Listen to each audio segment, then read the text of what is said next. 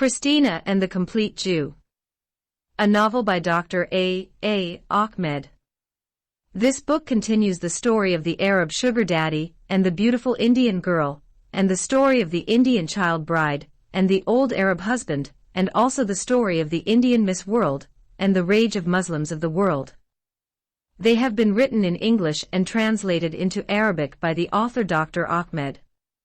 This story resonates with genuine love, strong resilience, and steadfast courage. I invite you to accompany me as I continue narrating the story of the rare, fabulous beauty of the Indian girl, Ifat Khan, and her extremely beautiful mother, Rehana Khan. Before we dive in the tapestry of the story, I would like to remind the reader this novel is narrated in 6 books. Book 1, The Arab Sugar Daddy and the Beautiful Indian Girl. Book 2, The Indian Child Bride and the Old Arab Husband. Book 3, The Indian Miss World and the Rage of Muslims of the World. Book 4, Christina and the Complete Jew. Book 5, The Tears of God, Jews, Blacks, and Muslim Women. And Book 6, The Hidden Life of the Prophet Muhammad. This is an intriguing epic story which exhibits resilience, love, and sacrifice. Book 4. In Search of a Companion in Her Lonely Journey in Life. Copyrights. All rights are reserved. No part of this book may be reproduced, stored in a retrieval system, or transmitted in any form or by any means without the prior written permission of the author, except by a reviewer, who may quote brief passages from a review for printing in a public newspaper, general magazine, school journal, or university article. All characters in this novel are fictional, and any resemblance to actual persons, living or dead, is merely coincidental. Chapter 1. Aphrodite in a Jewish Home. In the meantime, the American FBI has ruled that the former Miss World Aphrodite Krishna Khan, who is also known as Pooja Patel, and was miraculously rescued from the deadly Islamic terrorist attack on her family, has to be sent into protective custody as soon as it is possible. The imminent threat against her has not diminished, and the hospital is not a secure location for her. They expected the Muslim terrorists to try to launch another attack. It is more a question of when than if. After her discharge, Pooja Khan was taken under high security to a safe house. She raised no objections to any of the changes made to safeguard her life by the authorities. She has, for all purposes in life, lost all interest in resuming her life and going back to her house. She felt as if her life had become meaningless.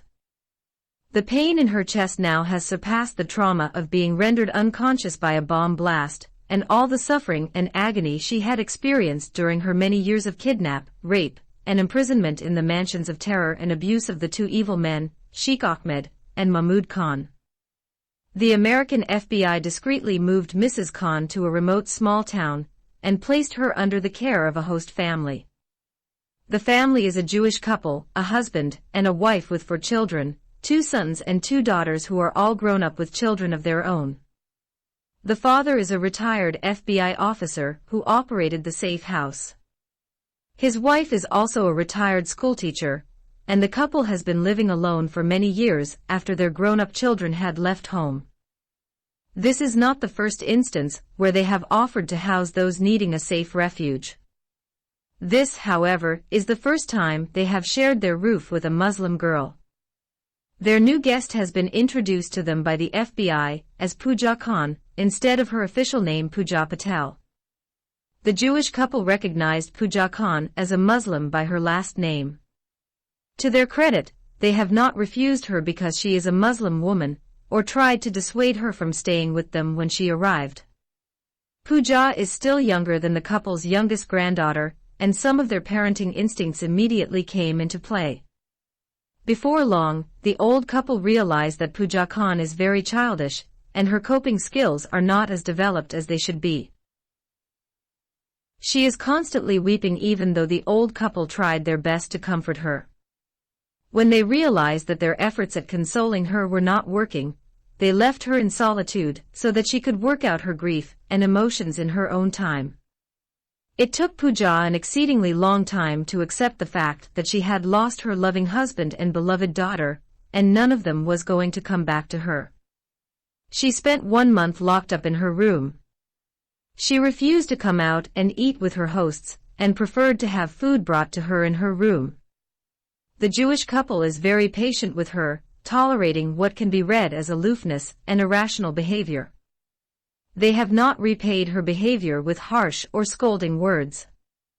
The Jewish couple is under strict instruction by the FBI to keep Mrs. Khan under constant surveillance. She is not allowed to venture out alone, or be left alone at any time. She is considered a high suicide risk person, besides being a prime target for some dangerous American Islamic terrorists, who are of Somali origin. So it is that whenever the Jewish couple goes out, they must take Pooja with them. Within her first week, the couple took her to a small market in town, and on the following Saturday, they took her to their Jewish synagogue. The couple knows that Pooja Khan is a Muslim girl, but they have no choice except to bring her along with them wherever they go, even to their religious place of worship. At first, the couple thought that the Muslim woman might react negatively to being forced to sit in a Jewish synagogue, but their first experience proved them wrong. She is not as strict a Muslim girl as they have been led to believe in the beginning. They have not noticed her fulfilling her daily 5 compulsory prayers or reciting verses from her Holy Quran. At the synagogue, they introduced her to the elders of their congregation. Through it all, they maintained their cover-up story that Pooja Khan is a paying guest who came to live with them for a while. After staying with them for a couple of weeks, the Jewish couple started to decorate their house and prepare for their annual Passover. Pooja's knowledge about God is scant, and her breadth of general religious knowledge is even worse. She had acquired little formal or aesthetic education of even the 2 religions she had grown up with, Islam and Hinduism. None of the people who exerted influence over her had bothered to provide her with religious instruction or share what it meant to worship God. All of them were using her for their pleasure and advantage to different degrees. Some had nurtured her, some had neglected her, but most of them had downright abused her and stunted her mental and religious growth. Pooja Khan has memories of growing up in a destitute Muslim family in the slums of Dharavi in Mumbai. Her memory is vivid when as a child, she was married to an old man from Saudi Arabia. As an adult girl, she was adopted by a Hindu woman but remained a Muslim. Then she fell in love, married a Muslim man, and had a love child with him. Somewhere in between, her Hindu mother forced her to marry a Hindu boy. Her Hindu mother and husband converted her to Hinduism, and changed her name from Aphrodite Krishna Khan to Pooja Patel. When she returned to the United States, she deserted her Hindu husband and returned to her Muslim lover. Although she remarried her Muslim lover, she carried a Hindu name. Her marriage to her Muslim husband forced her to switch back to her old family name, Khan. Pooja Khan knew that destiny had placed her in the hands of Muslims and Hindus. Her stay with a Jewish family exposed her to the teachings of the Old Testament. She has never been to a Muslim mosque or a Hindu temple, nor read the Holy Quran or the sacred Bhagavad Gita. Her first visit to a place of worship is a Jewish synagogue. At first, the religious rituals were all Greek to her.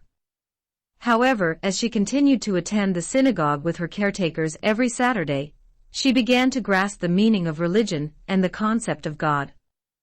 When the old couple began to prepare for their Passover, she started to show some interest in their religious rituals. She started to come out of seclusion and mingle with the old couple. She began to ask questions about their religious symbols and practices. The old couple became exceedingly happy when they saw a Muslim girl interested in understanding their Judaism. Chapter 2. Meeting the celibate Michael. Michael is the youngest grandson of the Jewish couple Benjamin and Miriam Lewinsky. He is the son of one of their 2 daughters. His mother Deborah is also the youngest among their 4 children. Michael was born out of wedlock. Deborah, at the age of 20, fell in love with a boy among her classmates while away at college, and in a whirlwind relationship lasting a few months, by mistake she became pregnant since the lovers never bothered to use a condom. Before her delivery of her first baby boy, her Italian boyfriend had asked her to abort the unborn child, but Deborah held to her convictions and refused. She was bound and strengthened by her Jewish religious upbringing. She kept her baby but never saw her Italian boyfriend again. She came to know from one of her friends that her Italian boyfriend left America and returned to his country. He did not leave any address or phone number for his pregnant Jewish girlfriend. In due time her first baby was born. Deborah decided to name him Michael after the name of his Italian father who deserted him before he was born. The so-called illegitimate boy Michael grew up not knowing his biological father. Deborah moved on, completed college, and found employment. In time, she fell in love with one of her colleagues and they were married. Although they had 4 children, Deborah never told her husband or her children about her unwanted firstborn. Michael was barely a few days old when Deborah abandoned him to her parents and walked away, as if he was dinner leftovers. Deborah went to the extent of requesting her parents not ever reveal to her son that she is his biological mother. Her parents reluctantly accepted her condition. They followed her wish and hid the truth from their grandson about his biological mother. When Michael grew up, his grandparents told him someone had left him in a basket at their doorstep when he was only a few days old. With no reason to doubt his grandparents, Michael grew up believing that he was an abandoned child. However, during his upbringing, he relished the love and care of his grandparents, and they naturally assumed the role of parents to him. His grandparents gave him their last name, and he is to them like a son born in their old age. None of their other children or many grandchildren know about Michael's secret. All of them lived the lie that his mother had forced upon the family. Benjamin and Miriam Lewinsky love their youngest daughter Deborah more than they love any of their other 3 children. She is their last-born daughter, and she spends more time with them than any of the couple's other children. She is the only one among the 4 children who never missed a single religious festival, and always visited her parents, and spent time with them with her husband and children in tow. During her visits, she never let Michael say that she is not his sister. As is expected, Michael treated his biological mother like his auntie, her husband as his uncle, and her children as his cousins through adoption. Likewise, Michael treated them as his relatives whenever his other uncles and aunties, and their spouses and children came for the holidays. In the meantime, Michael Lewinsky lived with his grandparents until he graduated from high school. He gained admission into Harvard University and moved into the city, but kept in touch with his grandparents. Long weekends or holidays inevitably help him spend time at home. During his studies, Michael had 3 romantic relationships with his female counterparts, but all of them ended prematurely. It was always his religious convictions that caused all 3 girlfriends to leave him one after another. So, this strict religious boy has come to be known among his classmates as the celibate Michael. He earned such a strange name because he did not believe in sexual relations before marriage. His Jewish grandparents instilled in him their values, among them, that sex before marriage is wrong and abortion is an unpardonable sin of murder. Among all the Lewinsky clans, it is only in Michael that their values took hold. He is the only one who upholds the family traditions while the rest of the clan rebelled. All the other Lewinsky children had affairs and slept with their partners before marriage the moment they left home. The only hitch is that Michael was exposed to Christian evangelists in high school, and along the way gravitated to Christianity. His conversion upset his Jewish grandparents, but they did not love him any less. Usually, a Jewish converted to Christianity or Islam is treated by his family and relatives as a dead and gone person, and therefore his framed photos on the wall will be turned to the opposite side. His Jewish family members will consider him an accursed relative, and do not want to see his face again. However, the kind Jewish grandparents Benjamin and Miriam Lewinsky did not treat their grandson Michael, who converted to Christianity, in that harsh way, and they continued to love him as before. It is worth mentioning here that the Jews do not treat the Jew who converted to another religion as an abominable infidel and accursed apostate, and they kill him as Muslims usually do because their faith orders them. The celibate Michael met the sad Muslim girl Pooja Khan at the end of the first month of her stay in his Jewish home. He has learned only a little about her from his grandparents. He is told that she is a Muslim young woman, and for some reason, she had run into trouble with fundamentalist Somali terrorists, who had brutally killed her husband Jamal Khan and her baby daughter Rehana. He is also made to be aware that the FBI has insisted on her being in protective custody with his parents, and is paying for her maintenance and upkeep. His parents look pleased when they mention that they have begun to teach her about the Jewish faith, and that she is becoming a regular member of their synagogue. Another little interaction has led Michael to see her as a girl who is a loner and therefore unapproachable. Understandably, during his visits home, he kept his distance and was always careful not to intrude into her personal space. After a couple of months, Michael began noticing a change in Pooja's interaction with him. She has started to join them during mealtimes and sometimes takes part in their prayers and scripture readings. Chapter 3. Pooja and Michael on horse riding. The loss of everything that constituted the happiness in her life left Pooja Khan in a downward spiral. Life has lost its appeal, and she does not want to live another day without the only dear people who had brought joy to her heart and allowed her to smile. Coming out of her long ontological coma, she is plunged into the reality that her life is now bereft of any value, of any love, or any intimacy. She felt as if she was cursed from birth. She also thought she got placed under a divine curse by her Hindu mother because she sent her to jail. It might be her Hindu husband who cast a magic spell on her because she killed his baby through abortion. For that reason, his Hindu gods used some dangerous terrorists and murdered her Muslim husband and her baby girl. That is how the simple and naive mind of Pooja interpreted her recent family tragedy. Nothing good had ever lasted, for it would always be taken away from her. Suicide became an extremely attractive option, and she found herself moving in that direction. It is not that she does not have the will to do so, she cannot find anything to kill herself with. After all, this is something new she has never thought of before.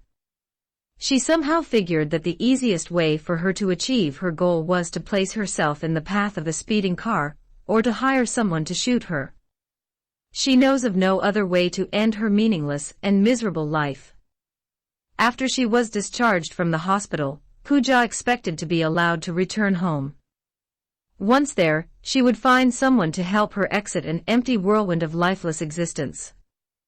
One of her plans for suicide is to hire an assassin off the street. When the FBI barred her from returning to her lifeless castle of ghosts, the threat of the Somalis returning to finish the job imminent, she had hardly expected to have to stay away for 6 months. Without her consent, the FBI took Pooja Khan from the hospital directly to a remote town, which is located many miles away from the city where she used to live. The town has a mere 200 residents. Most of them are aged or retired government employees. It is known as a friendly town because everybody is friends with others. It has a small market. Everyone in the town knows each other. The locals are not surprised to see Pooja Khan with the Lewinsky family, as they are used to them housing paying guests. Mr. Benjamin Lewinsky had 40 years of FBI service under his belt before he opted for retirement. In essence, he provides an outsourced secure safe house for high-profile FBI informants and witnesses. Whenever the FBI needed a safe house for a witness who was being threatened, and security was at the level where they needed the utmost secrecy, they would refer them to an external program and special unit, for which no internal records were kept. Mr. Lewinsky had long since volunteered himself as a protective custodian, and his Jewish home as a safe house. Every now and then he would be charged with protecting a particularly important, but frightened material witness or informer, and he would be paid well for his services. When Pooja Khan arrived at Lewinsky's house, she was stumped. The family has a barn with horses and an old beat-up truck.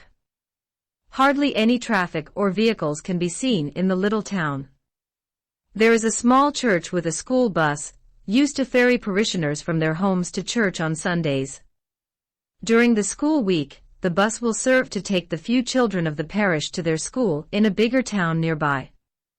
Apart from that, the market vendors use small tractors to bring their produce from the outlying farms. The inhabitants spend most of their time in their houses, and hardly anyone can be seen walking on the streets during the daytime. At night, the whole town goes to sleep as early as 7 o'clock in the evening. In the beginning, Pooja felt as if she had been cast out of the world of human beings and thrown onto a new planet with no inhabitants. She is truly in compulsory exile. For her, it is worse than jail. She hates the place because it does not have what she is looking for. She wants a crowded city where she can step off the sidewalk into the path of a speeding car and end it all. She concluded that her misery and agony would never end. Whenever anything good happened in her life, someone or something had to come along and destroy it. She concluded she must have been cursed at birth. During her first month's stay, the old couple tended to her necessities, giving her food and shelter. She refused to interact with the Lewinsky members, and so they left her alone with her grief, thinking that it was the best thing to do.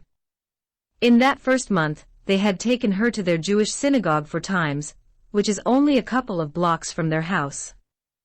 Mrs. Lewinsky tried to claw her back into the land of the living by inviting her along for her morning walks, but Pooja refused the offer. Mrs. Lewinsky, as patient as a mother of four can be, then tried to interest her in accompanying her to the marketplace so that they could stock up on her favorite foods, but she flatly refused that too. After many attempts, the old couple wisely decided that they should leave her alone to mourn, and wait till she was ready to come out on her terms. It is during the holiday season that the sad Muslim girl Pooja Khan suddenly changed her mind and came out of her room and joined the Jewish family in their evening prayer. The celibate Michael happened to be home at that time. There are only a few months separating Pooja and Michael in their ages. Michael is enthralled by the stunning sight of the former Miss World. He could not believe his eyes when he first laid eyes upon her. He told his parents in front of her that he had never seen such a beautiful girl in all his life. Even so, his good words have done nothing to touch the broken heart of Mrs. Khan. It does not come into her mind to even thank him. The lovely girl Pooja Khan just came in and sat quietly with the family. Mrs. Lewinsky expressed her joy at seeing their house female guest joining them. For them, it is a victory of sorts. Then she introduced her to their grandson. Michael stood up and offered his hand to her to shake her hand, which she promptly refused. Instead, she responded by clasping her hands together, as if she wanted to clap, and placing them in front of her face in the traditional Hindu greeting and saying, Namaste. Michael did not feel offended and politely smiled and brought a chair for her. She positioned herself in the chair, and Michael sat in the chair directly in front of her, trying not to stare. 15 minutes into the dinner, the sad girl did not spoken a single word. Her responses to all questions were with a polite nod of her head, and a beguiling smile, leaving no doubt that she understood what was going on. At that time, Michael observed Pooja, trying to read the enigma seated before him.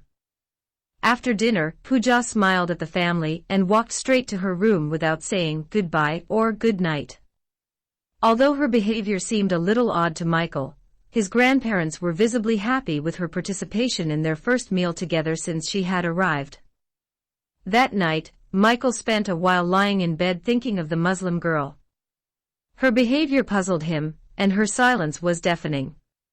He cannot relate to what his grandparents had told him about her devastated family life. He correctly predicted there is more to it, simply more than meets the eye. He possesses a shrewd and analytical mind, and he brought his inquisitive intellect to try to understand this issue of the sad Muslim girl. Through her smiles, her eyes belied a mind clouded with dark and sad memories. He saw a wavering image of a young woman shaken by life's traumas. He yearns to talk to her and find out more about her past life. As is his habit, Michael's visit to his grandparents' house always led to a horse ride. He loved riding his grandpa's horse, and the beauty of the open countryside beckoned him. There is nothing he enjoyed at home more than savoring the beauty of nature and the open landscape from his saddle. The next time he came in was on a Friday. Early the next morning, he saddled up and went for a long leisurely ride. When he returned, he noticed the lovely girl Pooja standing by the window of her room watching him. He waved his hand to her, and she waved back to him. He felt like he had finally established some slight rapport with her. The vision of her smile and her gentle wave stayed with him long after she lowered her hand. Encouraged by her friendly response, he raised his voice and called for her to come out. He expected that she would either apologize or just ignore him. He watched as her beautiful face disappeared from the window, and minutes later, she walked through the door frame and toward him, closing the distance between them. Michael tentatively asked Pooja if she would like to go for a horseback ride. The lovely Indian girl spoke for the first time several words. She expressed a desire to, but she said she had never been on a horse before. Michael smiled and offered to coach her along. Finding her agreeable, he eased her up onto the saddle and slid in behind her. The shy girl does not have this in mind and is a little uncomfortable with body contact. She felt as if she was sitting on his lap. She considered asking him to dismount, but she is worried that she may fall right off the moment the horse twitches. Before she could say anything, Michael nudged the horse with a practiced kick, and the horse obeyed his command. Michael eased the horse into a canter, then a trot.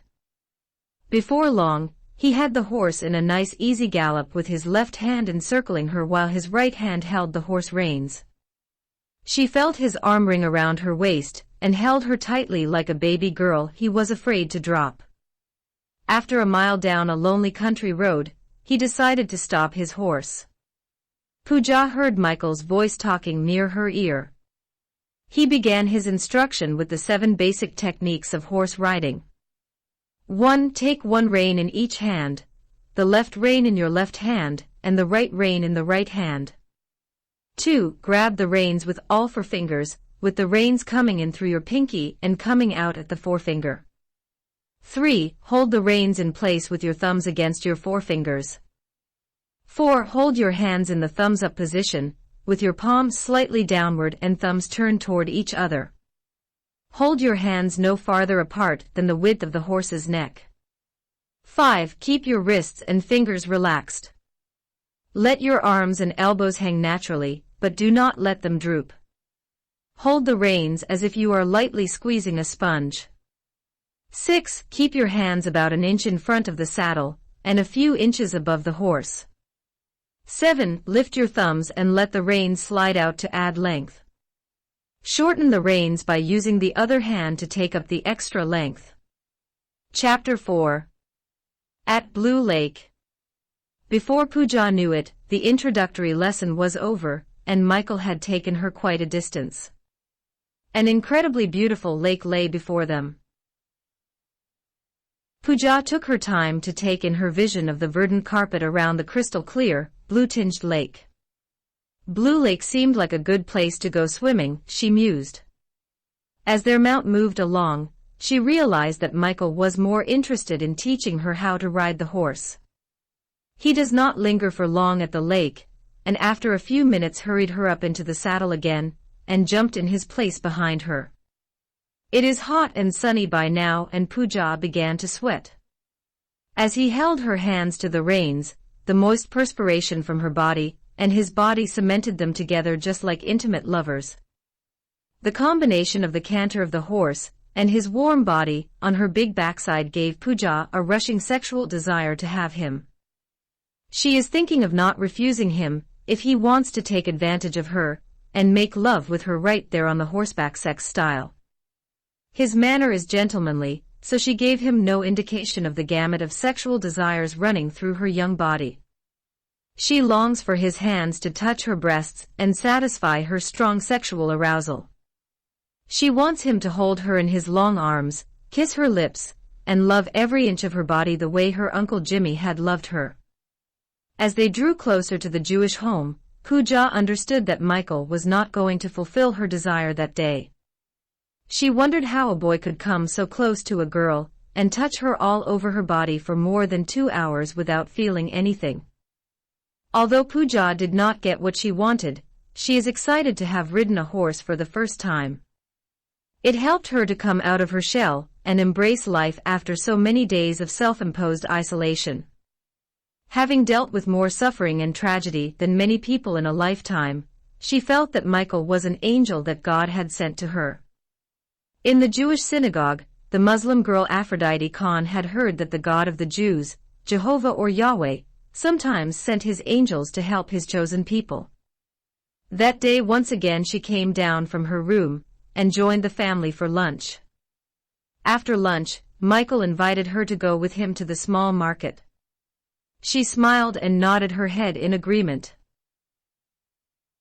Michael's grandparents noticed the sudden change in the gloomy, introverted girl who seemed to be responding to the young, handsome grandson. Pooja felt disappointed when Michael told her that the market was so close to their house that they could walk a short distance. She wants to ride tandem with him once again and feels his body touching her body and giving her another strong sexual arousal. But off they went on foot, with Michael breaking the silence by talking about himself. She felt touched and so sad when he told her that he had been abandoned by his biological mother a few days after he was born. He told her that he is indebted to the Lewinsky family for adopting him and bringing him up as their grandson. Pooja hesitated to tell him about her abuse and misery. However, she told him she lost contact with her Muslim mother when she was just 7 years old girl, and when she grew up, she was adopted by a Hindu woman. Her new boyfriend Michael is naturally curious to know about the period between her two mothers, but Pooja does not elaborate. Any question about her childhood is rewarded with a quiet willful pause. Michael thought it was better not to question her further about her childhood and changed the subject. After all, he does not want to ruin the happy mood of the sad girl he has come to know now for some time. When they reached the market, Michael took Pooja to a small restaurant selling snacks and bought her a soft drink of Pepsi Cola, but he preferred to have a soda. He also ordered 2 hamburgers for them. The Christian boy was surprised when the Muslim girl began to eat the sandwich without bothering to ask whether it had a slice of halal meat or not. Michael preferred not to ask her a personal question about her religious commitment, noticing that he had never seen her reading her Holy Quran or praying to her Allah. Moreover, at Harvard University he had seen most of the Muslim girls put on long loose dresses, and each girl concealed her hair and head with a scarf called the hijab. But this Muslim girl Pooja Khan is always wearing Western clothes. She also mixes with him although he is not her close relative or follower of her Islamic faith. When he was a new freshman in college, Michael had taken a few classes on the history and philosophy of Islam and women and marriage in Islam, and learned a great deal about that Arab religion. Therefore, he concluded that Pooja Khan is the farthest Muslim girl to that misogynistic religion he learned about. After that, Michael took his new girlfriend to roam around the market and showed her many things and handcrafted gift shops. He knows the small town in and out, explaining this is where he spent his childhood and how he knew every person by name. He even introduced her to some of his friends. Pooja discovered that everybody liked Michael. He seemed to be everyone's friend. Michael promised Pooja that on his next visit, he would take her to visit the house of one of his best friends and eat with him and his wife and their children some of their tasty Greek food. His promise reminded her of the tasty Indian dishes her handsome lover Uncle Jimmy used to cook for her. But she preferred not to mention that to her new American boyfriend. As they returned to the house, Pooja's attitude towards the Lewinsky members changed. The old couple can see a different person in her. She looked so happy and began to speak to them. She does not go to her room but remains in the living room until dinner time, and even has dinner with them again. The following morning, Pooja does not wait for Michael to invite her to go horse riding with him. She is already waiting for him. She asked him to take her for a ride and Michael gladly agreed. She assumed the same front place as the day before and Michael assumed his back seat. His touch along her big backside and hips seemed more pleasurable now that her apprehension was diminishing. She noticed that her new boyfriend is not concentrating on teaching her horse riding skills. He is more interested in talking to her. He asked how long she would be staying with his parents, and where she would go when it was time for her to leave. Pooja told him the truth, that she had no idea, and that she had no one left in her life to go to. She confided in him about her suicidal thoughts when she first arrived and told him that she had no will left to live, hoping that she could pay someone to ram her down with his car or shoot her in the head with his gun. She also told him of her alternate suicidal plan to hire someone off the street and ask him to strangle her to death. Michael admonished her gently, reinforcing that there is always hope in life. He began to tell her about his religion and how God created people to live and not to take the lives of others, that suicide will be wrong in the eyes of her Creator and committing murder against oneself. As soon as they reached the lake, Michael told Pooja more about God and his religious faith. Pooja told him that she had never heard anybody talk so much about their religion and praying to God until she met him and his Jewish family. Everywhere she went people took advantage of her. The only person who had given her everything she had ever wanted in life was her late Muslim husband, Uncle Jimmy, even though she had never seen him praying or heard him talking about Islam or his Allah. Michael explained to her the importance of having faith in God. For the first time, Pooja saw a young man engrossed in his love for God and who cared enough to talk to her without being distracted by her marvelous beauty or her sexy body. Michael seemed vastly different from the men that she had come in contact with before, Sheikh Ahmed, Mahmud Khan, and Rahul Patel. She has known two types of men, those that were only interested in pleasuring themselves, and one at least that loved and cared for her. Oddly, Michael does not fit into any of these two types of categories. Before meeting him, she always assumed that men were drawn to her because of her beauty and for their sexual gratification. It puzzled her that she did not have that effect on Michael. He only seemed to be interested in talking to her about his faith and his relationship with God. As soon as they returned to the house, Michael proposed to teach his new girlfriend how to play the guitar. He has a guitar, which he plays during the prayer sessions, and his grandparents join in. The Muslim girl liked the idea and sat near him on a love seat in the living room. Once again, she felt the touch of his strong hands on her delicate hands as he showed her how to hold the guitar and how to coax music out of its strings and frets. Meanwhile, she is enjoying being so close to him and is becoming accustomed to intimacy.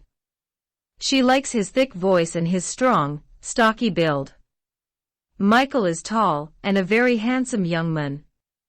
Contrary to what his muscled exterior may suggest, he is very gentle. Pooja had told him while they were riding the horse together that afternoon how much she liked his strong hands as they held the horse reins. Michael smiled and told her again that she was the most beautiful girl he had ever seen in his life. Pooja reveled in the compliment but did not reveal that she was once crowned Miss World. She just smiled, basked in the attention but suddenly felt shy. Pooja realized that Michael had begun to grow fond of her, and she cannot deny similar feelings for him. What bothered her was his behavior. She wishes that he had kissed her on her lips and openly expressed his sexual desire for her. She now wants him to have mad passionate sex with her. She remembered sitting close to him on his horseback, and feeling his erection piercing along the side of her lower backside. While the horse was galloping, she could feel his phallus rubbing against her big buttocks as his hand was wrapped so tightly around her, but he never went beyond that. He did not kiss her lips or cheeks or touch her breasts. If he had done that to her, she would not have resisted him. That night the lovely Indian girl Pooja remained awake for an exceedingly long time thinking about the handsome American boy Michael. She knew that she had fallen in love with the gentle giant, and that this love had restored life in her dying body and dried soul. Coming out of a foggy haze of depression while she was in the hospital, in the beginning in the Jewish home, death was constantly staring at her from all different directions. Death for her is the end of love, hate, good and evil. At this moment in time, she no longer wants to kill herself. She no longer thought that Michael was only a godsend.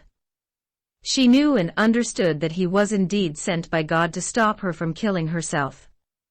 Pooja's life has been based on the need to survive. Everything she has learned so far is based on need. There is northwest time or place for morals or things of a religious nature. The concept of sex within the sanctity of the marriage bond is unknown to her. She cannot appreciate that for some, this is the way the sexual intimacy of man and woman is supposed to be. Her first marriage experience was clouded with rape and abuse.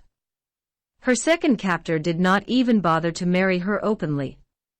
He just treated her as a secret-kept wife, tortured, and abused her through his cruel sadistic sex tendencies. Her first real love affair and sexual intimacy, with her Uncle Jimmy, was based on mutual friendship or reciprocal sex interest. It was a give-and-take relationship. From day one, she knew that her lover Jimmy was a married man, and still she did not hesitate to sleep with him before marriage, eventually agreeing to marry him even though he was already married to another woman. Her fourth experience at matrimony was an arranged Indian marriage, based on the selfish interest of her Hindu husband. All her experiences with men were based on some selfish indulgences. Naturally, it is not surprising that the abused girl Pooja Khan has extended her immature moral values to Michael, expecting him to initiate sex with her. What does marriage have to do with it? Lying in bed one night, she decided that it was time to seduce him.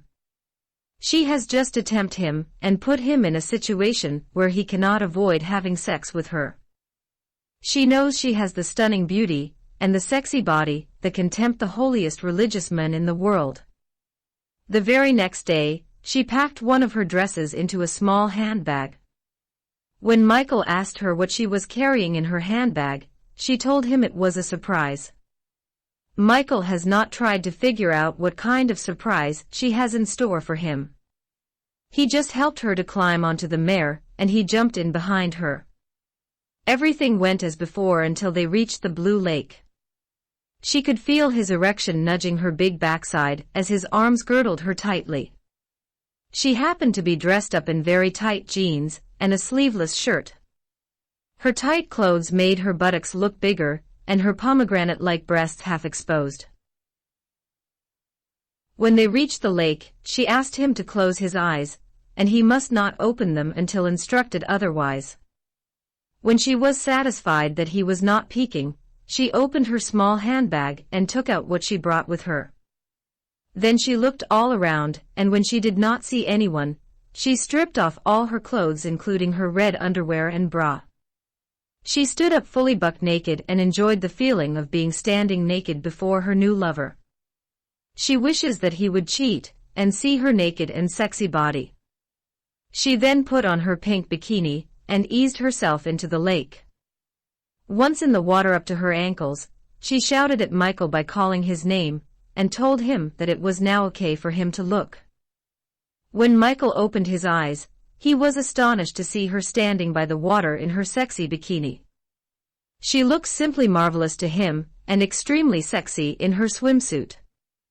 Michael expressed his desire to swim with her but regretted she did not tell him of her pleasant surprise before leaving the house.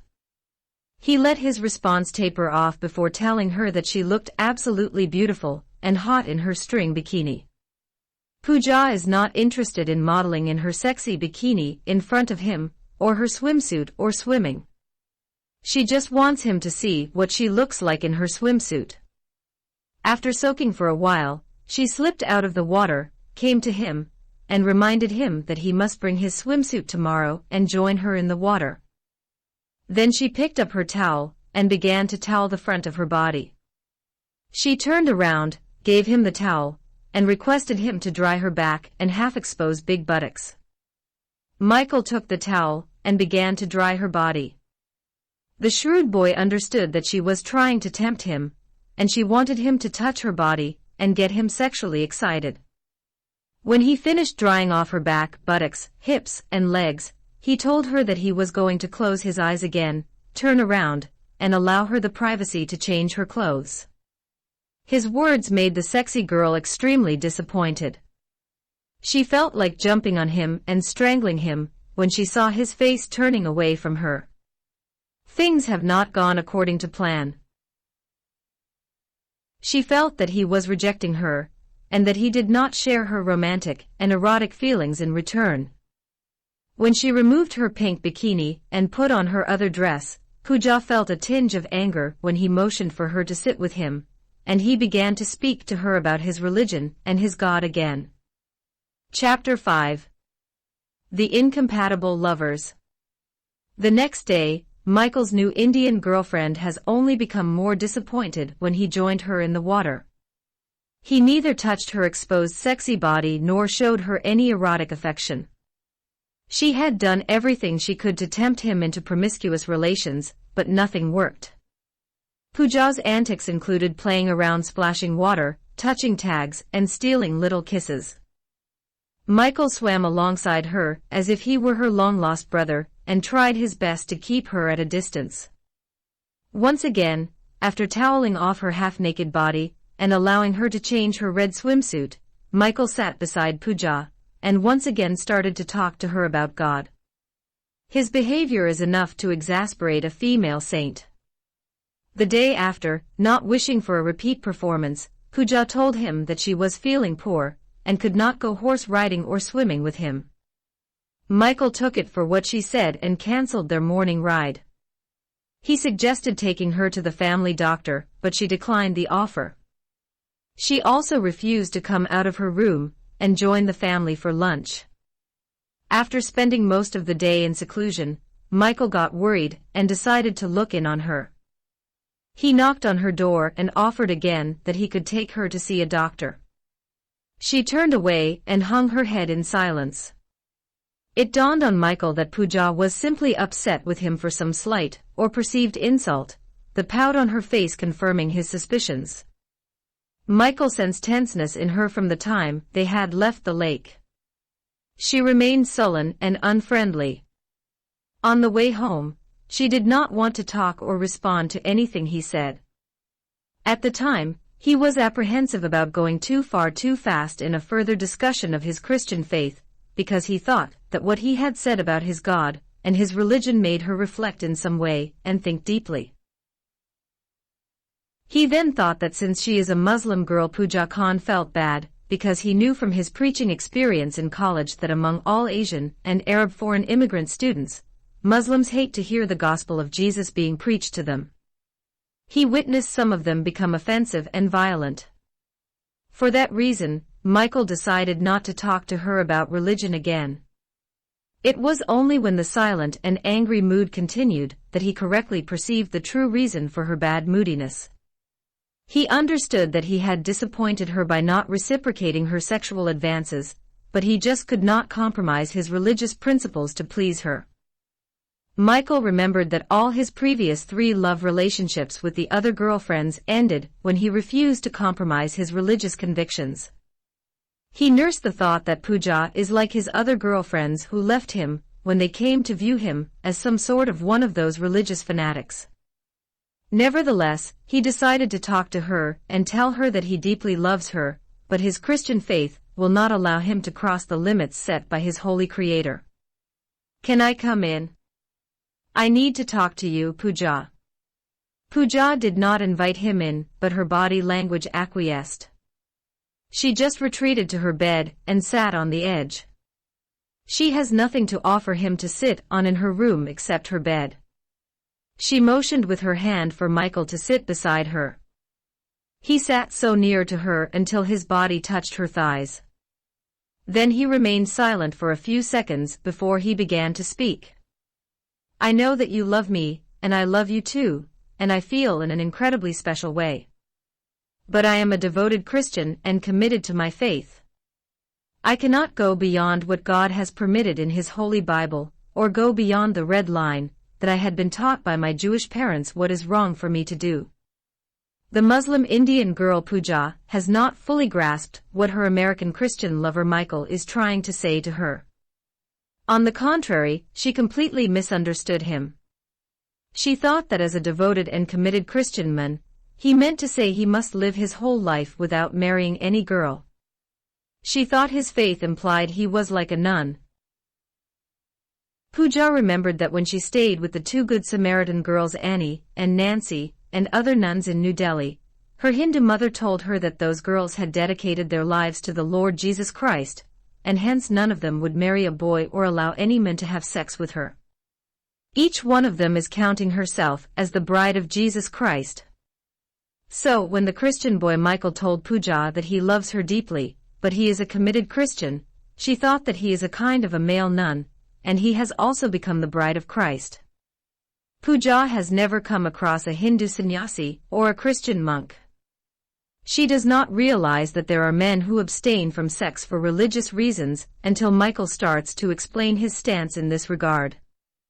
She cursed herself and hated her luck, which led her to fall in love with a nun who married himself to his God. At that moment, she felt like turning to him and slapping him left, right, and center and also biting him with her sharp teeth. She just wants to ask him, if you knew that your religious commitment does not allow you to have sex with any woman, why haven't you locked yourself up in a cell to prevent contact with women, or go to the jungle in India, or the desert of Egypt and then live all alone in a hermit cell? While those ideas went around in her confused mind, Pooja continued to listen to Michael's words. I fell in love with 3 girls before I met you. Sadly, all of them left me when they came to know that I would not have sex with a girlfriend because the Bible forbids me from committing adultery with a woman. I know you are disappointed to find out that I have religious boundaries that hold me back, and I think you may want to leave me for the same reason. And if you do, I won't blame you. Michael waited for Pooja to respond to his words, but she remained silent for a while, and then he got up and left her room. He thought that maybe she was like his former 3 girlfriends who believed that lovers should have sex before marriage to find out whether they are sexually compatible or not.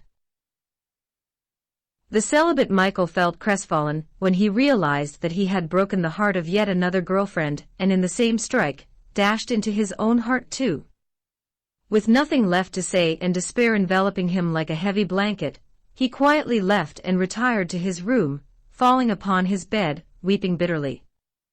Nevertheless, the strict Christian boy Michael will soon discover that his lovely new Muslim girlfriend Pooja is nothing like his former American girlfriends.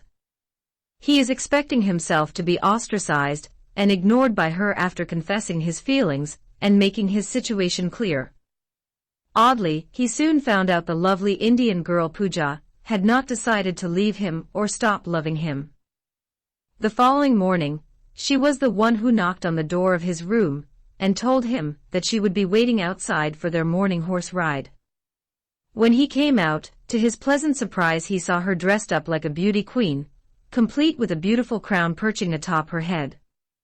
She is wearing the very dress she had worn when the car bomb went off and took the lives of her 2 dear ones with many more innocent lives.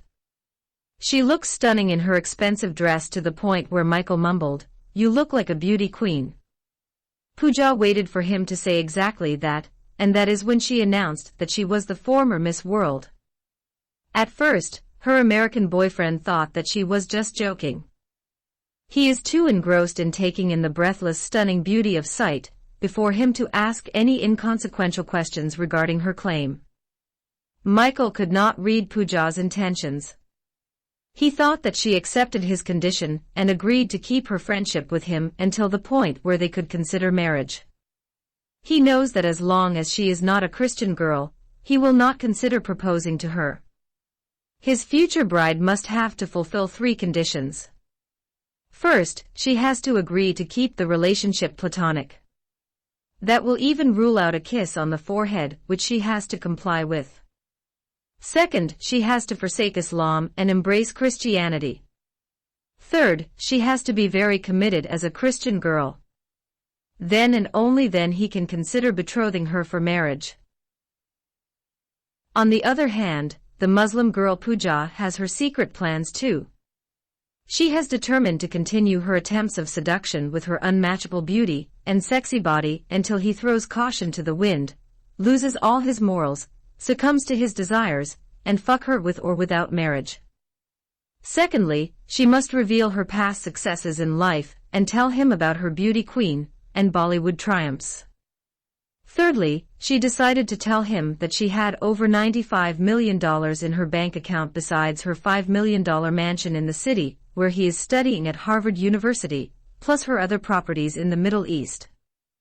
At this stage, she decided it would not be in her best interests to divulge too much of her abusive past married life with her evil captors and rapists.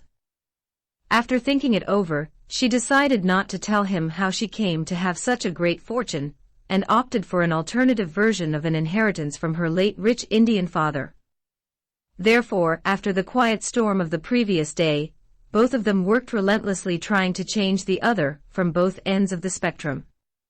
Michael is striving hard to convert his 4th girlfriend to Christianity, and Pooja is trying her best to tempt her newfound handsome 3rd boyfriend through her beauty and wealth. She realized this was the first young handsome man she fell in love with, and he was equal to her age. She then informed him that she had won Miss India in Bangalore City and crowned Miss World in London. Michael in the beginning did not believe her until he had carried out a thorough search on the internet and found out that she was indeed who she claimed to be. The simple and plain way in which she told him, without any pretension, only made him love her more. Michael, understandably as any other young man in his place may feel, has been fascinated by her social status, when he came to know that his 4th girlfriend is a filthy rich young Indian girl, and the most beautiful girl in the world. Nonetheless, either way, her beauty and wealth have done nothing to shake his religious convictions. For 2 weeks, the American lover Michael continued to talk to his Indian girlfriend Pooja about his religion, and tried hard to convince her to accept Christianity, but he could not change her. He discovered that she was a kind of a religious atheist bordering on pagan ideologies. She claimed to be a Muslim girl, but she knew truly nothing about Islam. She does not know even the basic tenets of Islam, such as how to pray 5 times a day, when to fast the holy month of Ramadan, or how and why she must perform the Hajj rituals. Moreover, he found her to be a very childish and naive girl. She does not show any interest in embracing his religion. The temptress girl Pooja also tried hard for 14 days to tempt the celibate Michael in every way possible, but she could not make him budge from his religious position. She soon found out that he harbored no interest in her millions of dollars or her huge mansion in the city. Consequently, both lovers have utterly failed to influence one another and slowly realized that they are incompatible and unmarriageable lovers. Chapter 6.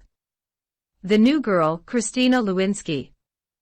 After the Christmas holidays were over, the American Christian boyfriend Michael returned to Harvard University and left his stubborn Indian Muslim girlfriend Pooja with his Jewish grandparents. He had given up all hope in getting her to contemplate Christianity. For some reason, the depths of his failure could not be able to erase what he considered to be the happiest days of his life with his 4th girlfriend. It is amply clear to him that she also loves him dearly and did everything she could to try and please him and have a good time with him. Likewise, wishing to make him forsake his religious commitment, the Indian girl Pooja failed in her attempts for them to be together as husband and wife. What she had not realized was that Michael had managed to instill some Christian values in her empty life. He changed her understanding of society and the world and gave her new perspectives on God, religion, and the human conscience. He had accompanied her in Bible readings, playing the guitar, singing hymns, praising God, and the much looked forward to horseback ride to Blue Lake every day. After Michael left, Pooja continued to keep the new faith in her American lover, finding consolation in the things that remind her of him. Michael's way of life became a permanent fixture in her life. Every word of the Bible, every hymn, every prayer, and every string on the guitar reminded her of her American lover.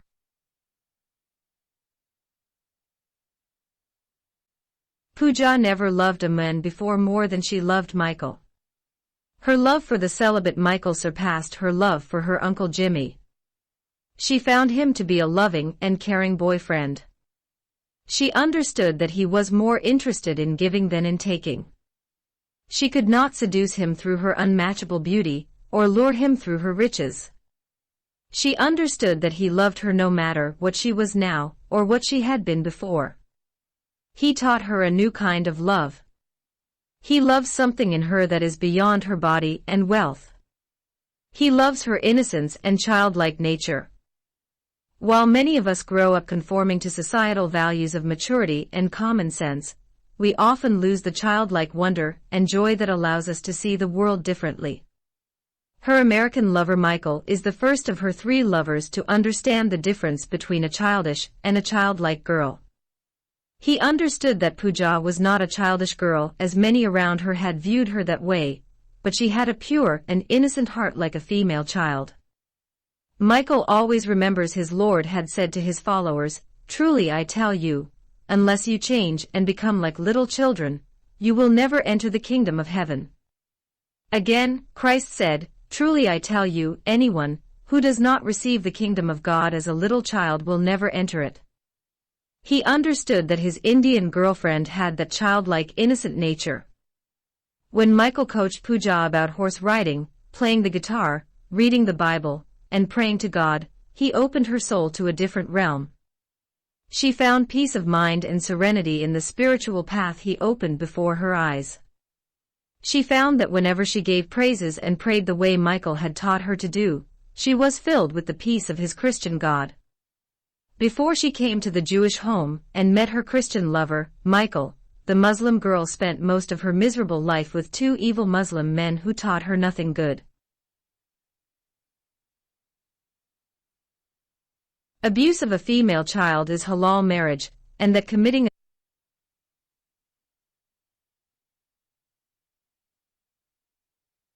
their Islamic religion taught them the abuse of a female child is halal marriage, and that committing adultery with 4 women at the same time is a divinely ordained right to men.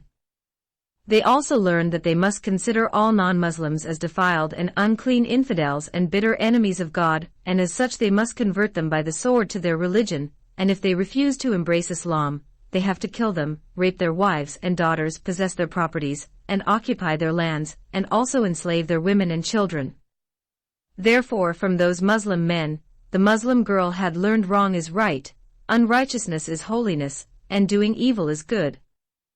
But then when she met her American boyfriend Michael, and he read to her the Lord Jesus Christ's Sermon on the Mountain, which teaches his followers to love everybody, even their enemies, her understanding of life changed dramatically. Before she met him, she was only interested in satisfying her immediate desires and acquiring material happiness. Michael showed her a new concept of God in a way she could internalize all that her Maker is like a loving Creator. She has all the physical virtues of beauty, health, inner strength, and wealth, which are supposed to be the key ingredients for happiness. However, whatever happiness she was able to attain in life, contentment and peace always seemed to elude her grasp. But Michael's love is unselfish and unconditional love. A love without expectations or anything in return. He did not love her because of her beauty, and the pleasure that he could get just from looking at her beauty and desiring her sexy body. Also, it is not because of her millions of dollars. He is not even like her late husband Uncle Jimmy, who forsook the wife of his youth and fell in love with her because she is younger and prettier than his first Muslim wife. However, Michael's love penetrated her every being and touched her deep inside. Theirs is a love between two souls, and it is meant to be no matter what happened, whether far apart or sitting side by side. Pooja felt that although Michael had left physically, his soul remained intertwined with her soul. Inside. Theirs is a love between two souls, and it is meant to be no matter what happened, whether far apart or sitting side by side. Pooja felt that although Michael had left physically, his soul remained intertwined with her soul. She continued to feel his presence in the Christian hymns he taught her to sing, in the verses of the Holy Bible he read to her, and in the strings of the guitar he taught her to play. He is there with her when she rides without him on horseback. His presence is there when she sits by the edge of the lake, and he is by her side when she swims in the warm water of Blue Lake. Despite the strong love Michael and Pooja have for each other, neither of the two understands the other. Michael thought that Pooja could never become a Christian, and Pooja concluded that Michael would never marry a woman or have sex in his life. A couple of months after the celibate Michael returned to Harvard University, his Indian girlfriend Pooja completely changed from being a religious girl to a girl of spiritual awakening. She began to go to the town's church and learn more about the religion of her American lover. He was the one who took her there first and introduced her to his church pastor and other Christian brethren. For 2 months, after her lover left, she did not miss a single Sunday service. The church taught her many things about God and Christianity. She was able to grasp the basic teachings of Jesus and many things about his life and work while he was on earth. She learned about the different aspects of his divinity, the sacrifice he made on behalf of the world, and the concepts of sin, atonement, and salvation through faith in his resurrection. She came to accept all these things as truths from a merciful God.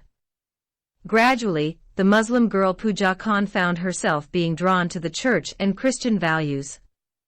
She had the universe in the palm of her hands, and it was snatched away from her in a mere few minutes by the Muslim terrorists. In the twinkling of an eye, she lost the dearest 2 persons in the world to her, which led her to lose interest in life. She became so despondent that she wanted to take her own life.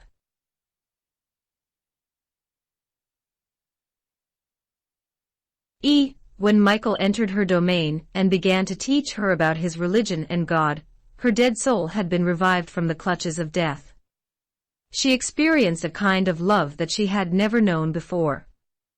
It is not a love based on give and take like that of her former 2 lovers, the handsome Hindu Bollywood actor Samir Krishna Khan, and her Muslim husband Uncle Jimmy. Eventually, of her own free will, she decided to convert and embrace the faith and religion of her American lover. After her conversion, it was she who demanded to be baptized in her new faith, and on the day of her baptism, the girl Pooja Khan decided to get rid of her Hindu name. Likewise, she intended to discard her Muslim last name too. Like a chrysalis, she is emerging into a new life, one that is vastly different and holds untold promises for the future and to the times indefinitely. She resolved that this time, she must be the one to choose her name, and not someone else. The name that appealed to her is Christina, because she became a Christian, a follower of Jesus Christ, her Lord and Savior. Then she decided to choose a last name that would connect her to her Christian lover forever. Therefore, that Memorial Sunday, Christina Lewinsky walked out of the church nave and was baptized into Christ and a new life. After her conversion, Christina understood that her new faith required her to forgive everyone that wronged her during her lifetime. It is hard, but she forgave the 2 evil men who kidnapped, raped, and imprisoned her in their mansions of terror in Tehran and Mumbai. She felt great relief after she forgave them by name, Sheikh Faiz bin Ahmed and Mahmud Khan. She also forgave her selfish Hindu husband Rahul Patel. She also forgave the wicked lawmen who had raped her when she was in those rotten Indian jails in Mumbai and Pune. She even forgave her Hindu mother who took away her baby girl and gave it to a Christian orphanage in New Delhi and forced her to marry someone against her wishes. Driven by an uncommonly divine love filling her heart, Christina forgave the Muslim terrorists who killed her husband Uncle Jimmy and their innocent baby girl Rehana.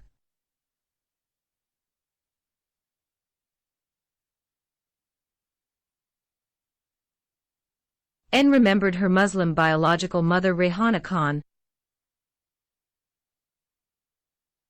She even remembered her Muslim biological mother Rehana Khan and decided she must return to India and look for her. Although she knew that her return to Mumbai would involve high risk, she was still determined to go back to her motherland. She trusts her Lord and Savior Jesus Christ to protect her from those ruthless Muslim terrorists of Dawood Ibrahim. Before Christina's trip back to India, Michael came to know about her conversion to Christianity through one of his best friends from the church. His friend happened to visit the city a few days after Christina was baptized in the church on Sunday morning.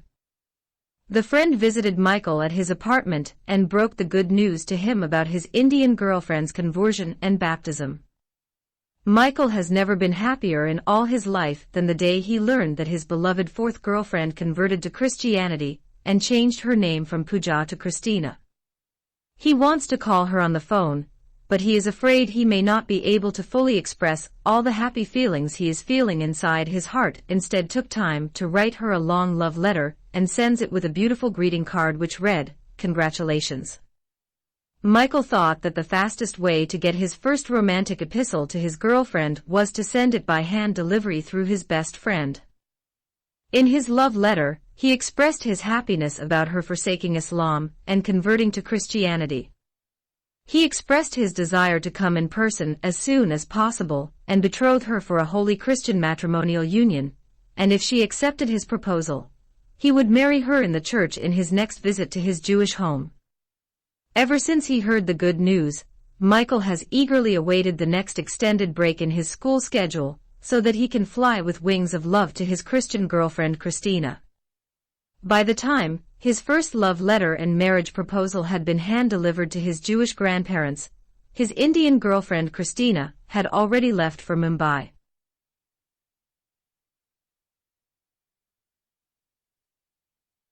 Allow her to return to her country of origin. She had contacted the FBI headquarters in the city and requested they release her from her long protective custody and allow her to return to her country of origin. The FBI agreed to her request, but they strongly recommended she not return to her home in the city.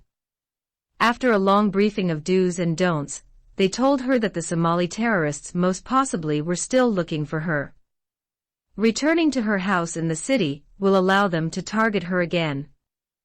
Just before leaving the house of her loving Jewish caretakers, Christina likewise wrote a big love letter to her American lover thanking him for teaching her about God and his religion and showing her the road to spiritual fulfillment and inner peace. She concluded her first love epistle by informing him that she has been inspired by his good sacrificial example, and she has also decided to become a female nun. She has determined to be a committed Christian girl like him and never marry anyone or have sexual contact with any man all the rest of her life. Like him, she considered herself now to have become the perpetual bride of Christ. Before her trip to India, Christina stayed briefly in a hotel in the city until she officially changed her name and took the precaution of applying for a new Indian passport with a court decree listing the new name on her baptismal certificate. The Indian consulate issued the new passport in the name of Christina Lewinsky.